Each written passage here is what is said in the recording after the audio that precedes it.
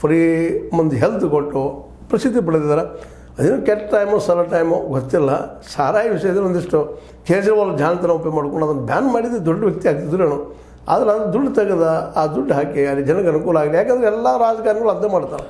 ಯಾಕೆ ಸಾರಾಯಿ ಇಟ್ಟಾರಪ್ಪ ಅಂದ್ರೆ ಅದರಿಂದ ಹೆಚ್ಚು ಇನ್ಕಮ್ ಬರ್ತದೆ, ನಾವು ಒಳ್ಳೆಯ ಕೆಲಸ ಮಾಡೋಕ್ಕೆ ಸಾಧ್ಯ ಆಗ್ತದೆ. ಬಟ್ ನಮ್ಮ ದುಡ್ಡು ನಮ್ಮ ಪಾಕೆಟ್ಗಳನ್ನು ಹೆವಿಯಾಗಿ ಮಾಡ್ಕೊಳ್ಳೋಕೆ ಸಾಧ್ಯತೆ, ದೊಡ್ಡ ಗಳಿಸೋಕ್ಕೆ ಸಾಧ್ಯತೆ ಅಂತೇಳಿ ಆ ಸಾರಾಯಿಯನ್ನು ಮುಕ್ತವಾಗಿ ಮಾಡಿ ಹಂಚೋದಕ್ಕೆ ಬಿಡ್ತಾ ಇದ್ದಾರೆ.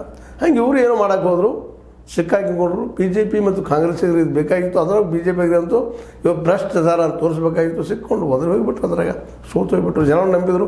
ಆ ಜನ ನಂಬಿ ಆ ಸಂದರ್ಭದಲ್ಲಿ ನಮ್ಮ ಮೋದಿಯವರು ನಿಮ್ಮ ಗುಡಿಸಲು ಹೇಳಿದಾವೆ ಅಲ್ಲೇ ನಾನು ಮನೆ ಕಟ್ಟಿಕೊಡುವೆ ಅಂತೇಳಿದರು. ಇವತ್ತೆಲ್ಲ ಸಮ ಆಗಿದಾವ ಅಲ್ಲೇ ಕಟ್ಟಿಕೊಡ್ತಾರ, ಇಲ್ಲ ಮತ್ತು ಬೇರೆ ಕಡೆ ಇವ್ರನ್ನೆಲ್ಲರನ್ನೂ ಓಡಿಸ್ತಾರ. ಏನು ಇದೊಂದು ಜುಮ್ಲಾನ ನೋಡ್ಬೇಕಿಷ್ಟ.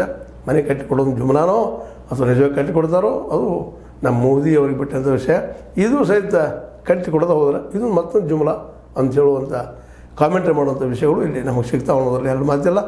ಅದೇನೋ ಆಗಲಿ, ಅಲ್ಲಿಯ ಈ ಗುಡಿಸಲಲ್ಲಿರುವಂಥ ಜನರಿಗೆ ಬದುಕು ಕೊಡಬೇಕಾಗಿದ್ದು ಆಡಳಿತಾರೂಢ ಪಕ್ಷದ ಕೆಲಸ. ಅದು ಮಾತ್ರ ಹೇಳ್ತಾ ಇದು ನಿಮಗೆ ಲೈಕ್ ಆಗಿರ್ಬೋದು. ಲೈಕ್ ಮಾಡಿ, ಶೇರ್ ಮಾಡಿ, ಕಾಮೆಂಟ್ ಮಾಡಿ, ಜೊತೆಗೆ ಸಬ್ಸ್ಕ್ರೈಬ್ ನಿಲ್ಲಿಸಬೇಡ್ರಿ.